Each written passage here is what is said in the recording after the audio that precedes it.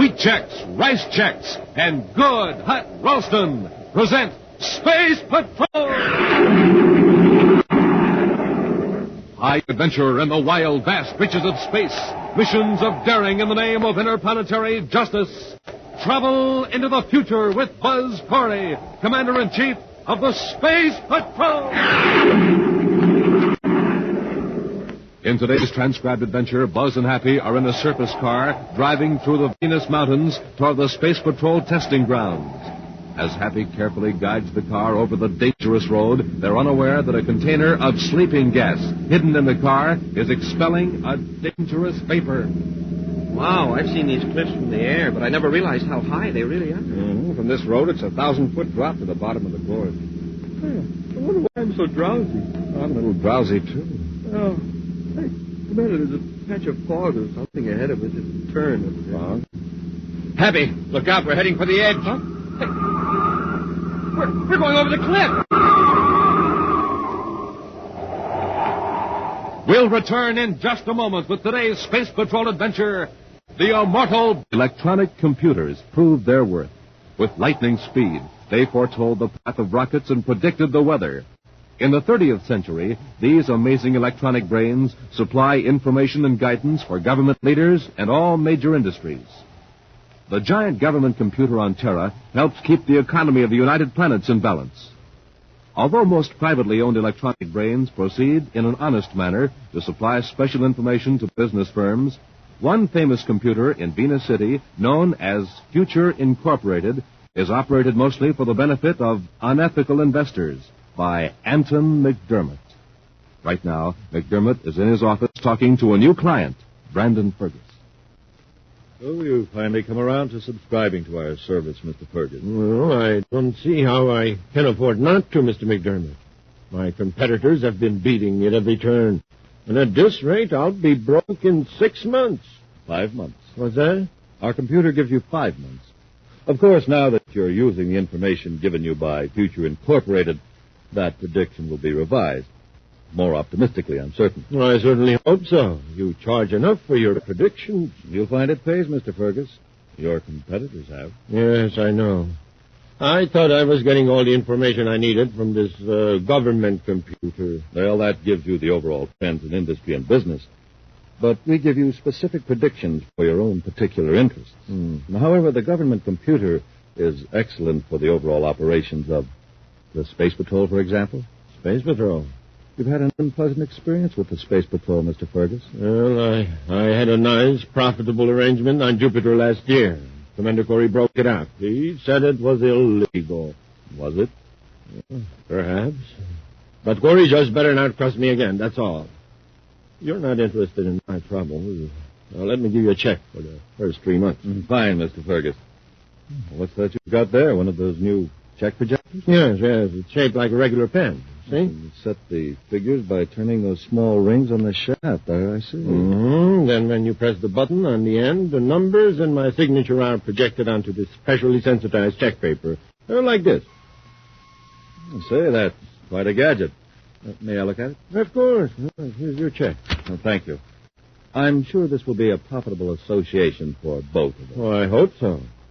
You must have inherited your father's brains. Mr. Fergus, I consider that a very high compliment. Well, I mean it. Well, I'll be running along now, Mr. McDermott. All right, Mr. Fergus. You'll be getting your first report on Future Incorporated in about 3 days. Oh, Mr. McDermott, you understand now that I don't want to get mixed up in anything illegal. Of course not, Mr. Fergus. Goodbye. Goodbye.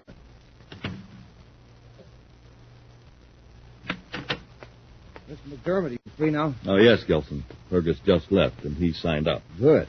I was amused at something he said. He told me I must have inherited my father's brain. If he only knew how close he came to the literal truth. You mean your father's brainograph records? Yes, all his ideas on economics, all his vast knowledge scanned by brainograph and recorded on tape. No wonder we've got the best computer service in the solar system. Our computer can draw upon my father's memories and intelligence, just as though he were alive. That's what I wanted to talk to you about, Mr. McDermott. Something's gone wrong. What do you mean? You know that problem you asked me to feed into the computer regarding the probable government plans for a new city on Saturn? Yes, I've already bought. most of the land in that area. Well, what's the trouble? I fed in some new data from the government, and our computer keeps teletyping nonsense. The same meaningless phrase over and over. What is it? Well, here's the tape from the computer, sir. Cancel GOC. Cancel government operations computer. The machine sort of hesitates and makes a few false starts. Then out come these letters every time. It doesn't make sense. Why would the computer tell us to cancel out a whole source of information? Its main source, the government operations computer. Wait. The machine only has a vocabulary that we've built into it. Maybe it's trying to tell us something it hasn't words for and is using the nearest substitute. Cancel. Cancel might mean more than just eliminate data. It might mean destroy. Literally destroy. Oh, but that's fantastic. Yes, of course. That's it. The machine is trying to tell us that the government computer is recommending a change of plans about the location of the new city on Saturn. But that would ruin us. Of course. Our computer's answer is to destroy the government computer. Well, that's out of the question, of course. What's this thing on the desk? That's Fergus's gadget. A check projector. Must have left it. Gilson, you've got to go to Terra and destroy that computer. Immediately. But, Mr. McDermott... There's no other way out. And I know how it can be done.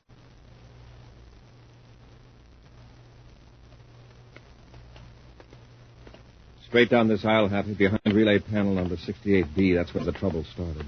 Yes, sir. Gee, this computer's a complicated thing. It'll take weeks to repair the damage, even if we put every available technician on the job. Here. See that small black metal case? This one? What does it do? It's not a part of the computer, Happy. It was put here deep inside the control unit wiring to sabotage the computer. That little box blew out this whole big machine? Yes. Well, who would want to do a thing like that? What would they gain? It's hard to see how anyone could profit from it. This is the work of an extremely irrational and vicious mind. Oh, you mean somebody really blew his rocket? Mm-hmm. Paralyzed the largest, most important electronic brain in the solar system. Not only paralyzed it, but burned out memory banks, relays, and indicating instruments. Somebody must have a grudge against everybody. He succeeded in slowing down a lot of important projects. The economy of the whole United Planets will be thrown out of balance. You've got to find another computer. There's only one big enough to handle the job. Which one is that, sir? Future Incorporated in Venus City. It's not time to investigate the company, but they have an amazing record for correct predictions. It's run by Anton McDermott. McDermott. That name sounds familiar. Anton is the son of the late Samuel McDermott, the famous economist and historian. Oh, were you a friend of his? Yes.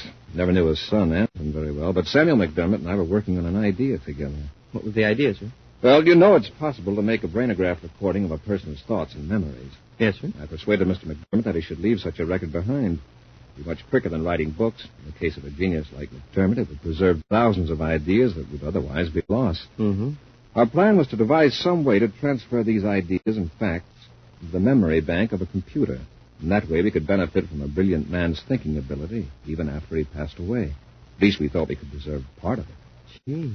McDermott told me he'd found a solution, but I was called away on a mission about then. When I returned, it was too late.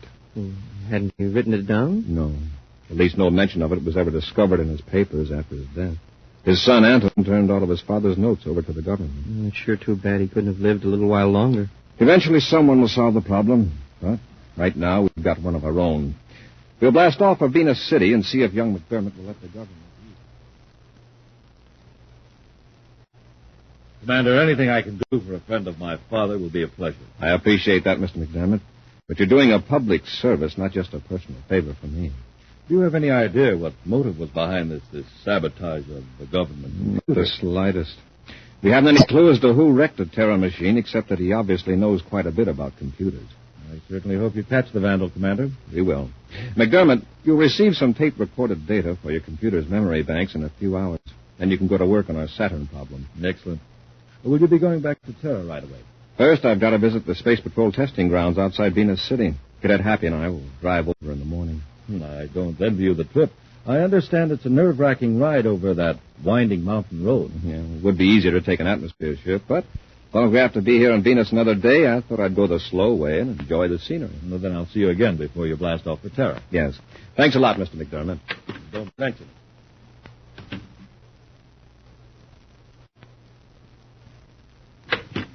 Mr. Mr. McDermott. Yes, Gilson, what is it? Something really is wrong with the computer this time. I think we overloaded it. What? You'll pardon my saying so. I don't think we should circuit in your father's memory banks. I think they're confusing the other circuits. How could they? Well, by introducing irrelevant data. 4 times it came through. Canceled CICSP. There's no significance to those letters as far as the machine's concerned. It's gibberish. It's very improbable they would have produced the same letters 4 times in a row unless it did have some meaning. CICSP. What meaning could it possibly have, sir? Wait a minute. Let's try grouping the letters differently instead of running them all together. C-I-C-S-P.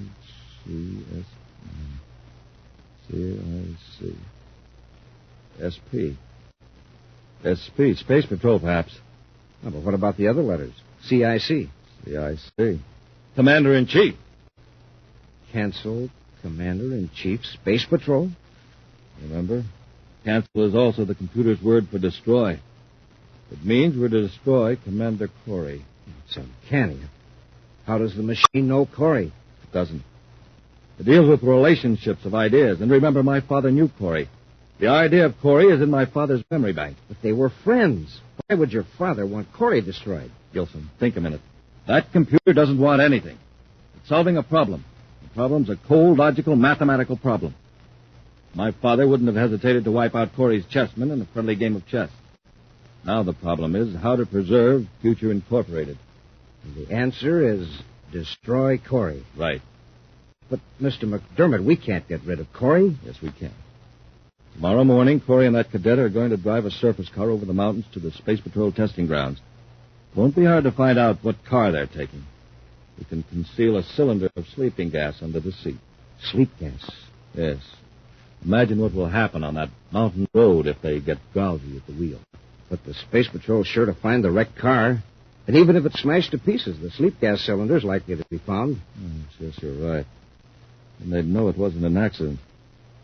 Then we've got to make the Space Patrol suspect somebody else. Wait, I've got it. What? This gadget Fergus left here, his check projector. And Fergus has a grudge against Corey. That's our answer, Gilson. If they find Corey, they'll blame Fergus. Come on.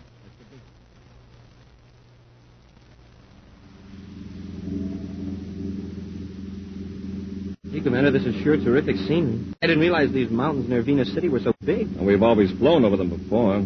It takes a view from a surface car to make you really appreciate them. Well, the engineers who built this road sure did a great job. Yeah, they certainly did. Wow. And that would be some drop, especially along here. Mm-hmm. Over 1,000 feet.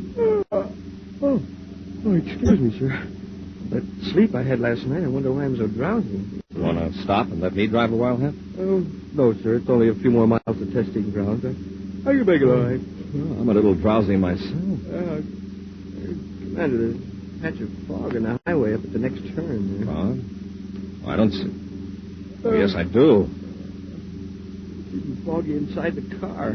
Happy, look out. We're heading for the edge. Huh? We're going over the cliff!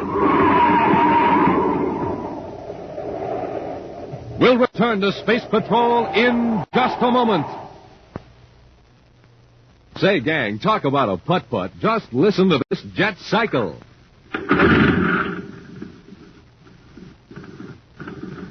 Yes, it's just a putt-putt, because all it has in it is ordinary fuel.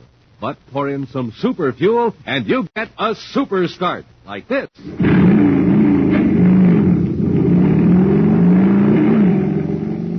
Wow, that jet cycle is supercharged now. Yep, supercharging takes just one thing, super fuel. Now, to really get going, you have to get supercharged, too. And, gang, here's Buzz Corey's way of doing it. He eats the super cereals, Rice Chex and Wheat Chex. Good? Why, man, they're so good, you grab the biggest bowl you can find, you shake in Chex, pour on milk, sprinkle on sugar, and that's it. You've got a bowl of the swellest tasting cereal in the universe. So try Rice Chex or Wheat Chex today. And remember, inside of every package, there's a mysterious magic space picture. The super cereals that help to supercharge you, Rice Chex, Wheat Chex. And now back to today's Space Patrol adventure, the Immortal Brain. Anton McDermott has secretly perfected a means of using the brainograph tape recordings of his late father's vast knowledge in his electronic calculating machine. When the machine revealed Commander Corey was an obstacle to the success of McDermott's dishonest schemes, the inventor determined to destroy the commander and throw suspicion on one of McDermott's own clients, Brandon Fergus. Knowing Buzz and Happy were to travel from Venus City to the Space Patrol testing grounds in a surface car, McDermott concealed a sleeping gas cylinder in the car, together with a check projector belonging to Fergus. Now, on a dangerous curve in the Venus Mountains, Happy has drowsed at the wheel and is heading for a 1,000-foot drop into the gorge below. I can't stop, sir. We're going over. Let go of the wheel, Happy. I'll take it. We didn't go over. The rear wheel's caught on a boulder, hanging right over the edge. How are we going to get out of the car? Climb into the back and out the rear doors. All right, sir. Wow, look down there. Had a close call, all right. Move carefully now. I don't know how long this car's going to hold. Okay, sir. Hey, What's the matter? look what's in the back part of the car. A cylinder. Sleeping gas. What? Here it is, sir. Must have been hidden back there and got bounced out when we hit the boulder. It's got a time release on it. That's why we were getting drowsy. I shut off the valve. And what's this? What? On the floor back here, sir. It looks like a pin of some kind. No, it's a tiny atomo light. Let's see. Oh, it's a check projector. Who does it belong to? It's something the Venus City Space Patrol lab can tell us when they take it apart. Then we'll know who put the sleep gas cylinder back here. Our trip to testing grounds is off, Happy. We're going back to Venus City. Our space is going for a car.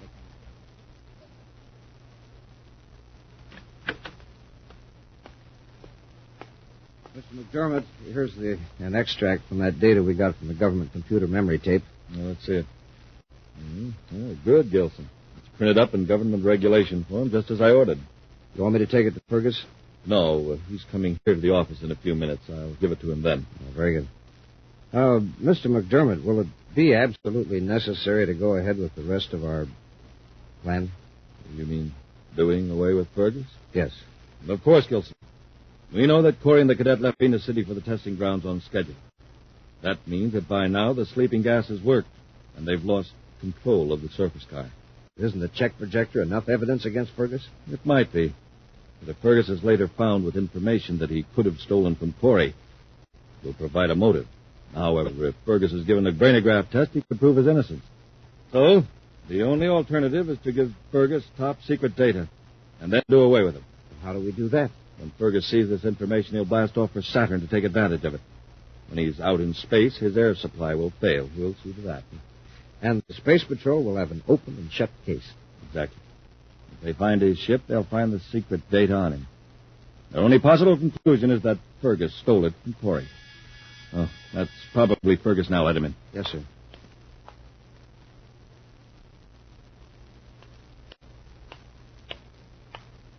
The Venus lab came up with something very interesting, Happy. On the check projector? Yes, they cut it apart and projected the signature cell under ultraviolet light. Whose is it? Belongs to Brandon Fergus.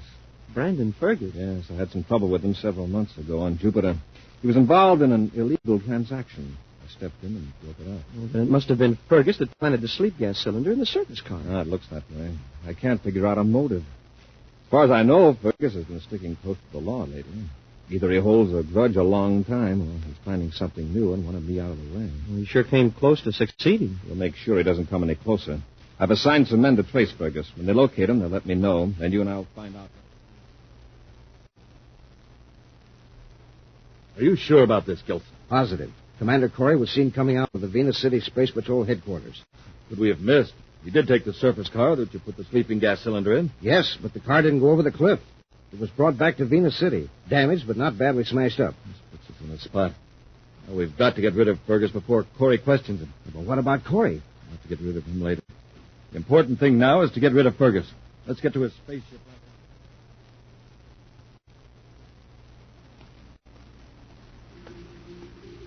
I just checked with Spaceport Operations Commander. Fergus' ship is on blast-off ramp 27. Good, Hap.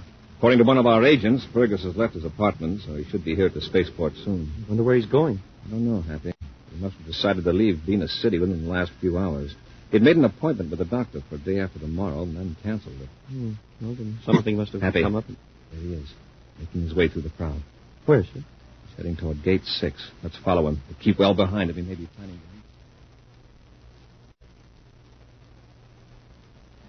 to... That ought to do it, Mr. McDermott. The air supply should fail about 2 hours after blastoff. Fine, Gilson. By then, Fergus ought to be so far from Venus that no help could reach him. Well, let's get out of the ship and get back to the office, sir. I'd hate to be caught here. All right. And now we've got to figure out a way... Oh, wait. What is it? Look, the starboard viewport. Somebody's coming toward the ship. It's Fergus. What do we do? Now, don't get excited, Gilson. I'll tell him I learned some new information. Yeah, but what are you going to tell him? It won't matter. He'll never have a chance to check the truth. Gilson, what's the matter? Who's following Fergus? The Space Patrol. Yes, Corey and his cadet. We've got to get out of here. Wait. This is a chance to simplify our whole problem. Come on, Gilson. Get into one of the aft compartments.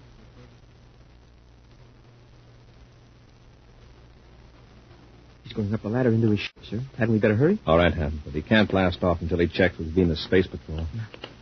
It doesn't look as though we were going to meet anybody here. No. Evidently, Fergus has been working alone. All right, Hap. Up the ladder into the ship. Yes, sir. Just a minute, Fergus. Don't close that hatch. What's that? We're coming in.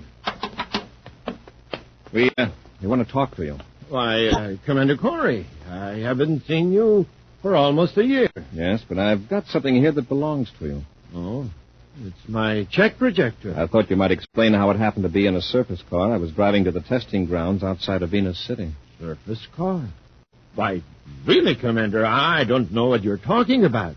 I lost a check gadget recently, but I haven't the slightest idea how it got into your surface car. Then I'll have to ask you to come along with me for a brainograph test. Now, see here, Commander, I've important business to attend to. Search him, Happy. Yes, sir. But this is outrageous. I assure you I've done nothing against the law since our last dispute. And you have no right to hold me here. He doesn't have any weapons, sir. Just this identification folder and some documents. I'll take them, Happy. Thanks. Now, see here, Commander, I resent it. And believe Hold me... it, Fergus. How did you get this? Why? This is government information, top secret, and it's an official document form. So you were going to Saturn, were you? Where did you get this information? Perhaps I can explain, Commander. Get your hands up to that. You too, Commander. McDermott. I warn all of you. Any move and I'll use this ray gun on you. Gilson, watch him closely, especially Corey. Yes, Mr. McDermott. I don't get this, McDermott. What's the idea? I'll tell you, Commander. This greedy fool Fergus had nothing to do with the attempt on your life in the Venus Mountains. I planned it. You did? Why? Because my electronic computer informed me that you were the most dangerous obstacle to my success. You can't be serious. Furthermore, it informed me that the government computer on Terra should be put out of commission. Then you sabotaged the Terra calculator. That's right. My calculator also determined that if you remained alive, the Space Patrol would probably discover that I destroyed the Terra machine. So you put the sleeping gas in my surface car. Yes, but that plan failed. So I'll have to be sure that this time I succeed. I'm going to do away with Fergus and also you and your cadet right here in Fergus' spaceship. McDermott, I can't understand this. Your father and I were friends. He was a great man, a brilliant man. The kindest man I've ever met. Now, that's rich, Corey. Do you realize that it was my father's decision that you should be eliminated? That's impossible. Do you remember those brainograph tapes? The idea you and he were working on to transfer those tapes to the memory banks of calculating machines? Yes, but he passed away before we... Not quite, Corey. He told me the process. I'm the first man in history to add the contents of a human brain to an electronic thinking machine. And it's ironic, isn't it, that my father, your friend, should decide that you should be destroyed. That's very interesting, McDermott. But tell me, did you transfer all of your father's brainograph tapes to your electronic calculator? Of course not. Just the important parts. The facts, his reasoning processes. That's all I wanted to know, McDermott. Get Gilson happy. Yes, sir. Give me that gun, Gilson. Good work, Captain. Keep them covered. Yes, sir. All right, McDermott, on your feet. Let's take them to headquarters, Happy. Yes, sir. McDermott, when you put your father's electronic calculator together, you forgot one thing. What was that? Your father's brain wasn't merely a collection of facts. That's all you preserved. You threw away the important qualities, sympathy, kindness, and the love for humanity. I don't know what you're talking about. Of course you do. McDermott, you can build a substitute for the human brain, but you'll never build a substitute for the human heart.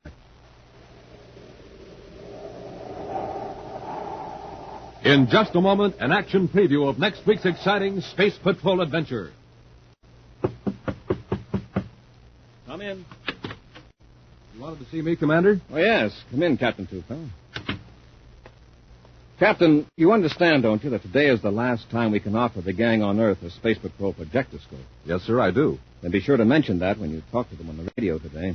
I don't want anybody to get left without one. Now, look at this projectoscope I have here. Did you ever see a better model of my rocket? Never, sir. Take a look at how easy it flashes signals. Perfect. Look at the steady beam of light it throws. A real flashlight in the shape of a rocket. And, of course, it's also a film projector. It flashes pictures on the wall. Pictures of Hap and me and 4 of our greatest Space Patrol adventures. Say, what's that, Commander? Oh, my radio beam relayer is on. The boys and girls have been listening to us all the time. Hi, gang. Glad you're listening in because now you already know that I want you to send in right away for a projectoscope. Remember, this is the last time we can make this offer. That's right, gang. To get a projectoscope, do this. Buy a box of rice checks or wheat checks. Then, with your name and address, send 35 cents in coin and a rice checks or wheat checks box top to Space Patrol, Box 686, St. Louis, Missouri. Don't forget your 35 cents. That's Space Patrol, Box 686, St. Louis, Missouri. And now, a preview of next week's exciting Space Patrol adventure. Buzz and Happy are in the basement of a museum near some prehistoric fossil pits on the Martian desert, searching for valuable gems. These gems look real to me, Commander. They are, Happy. I think we've found the man who smuggled them in. Hey, Commander, what's that? Stay where you are, both of you. Now, Commander, you may have found me, but this machine will keep you from capturing me. Well, what kind of a machine is it, Commander? It's a disintegrator for removing rock from fossils. That's right, and it will destroy anything, Cadet. Do you understand? Anything? That means no one will ever find a trace of either of you. Join us again next week for the mystery of the Martian fossils, when wheat checks, rice checks, and good hot Ralston again present another exciting adventure on Space Patrol.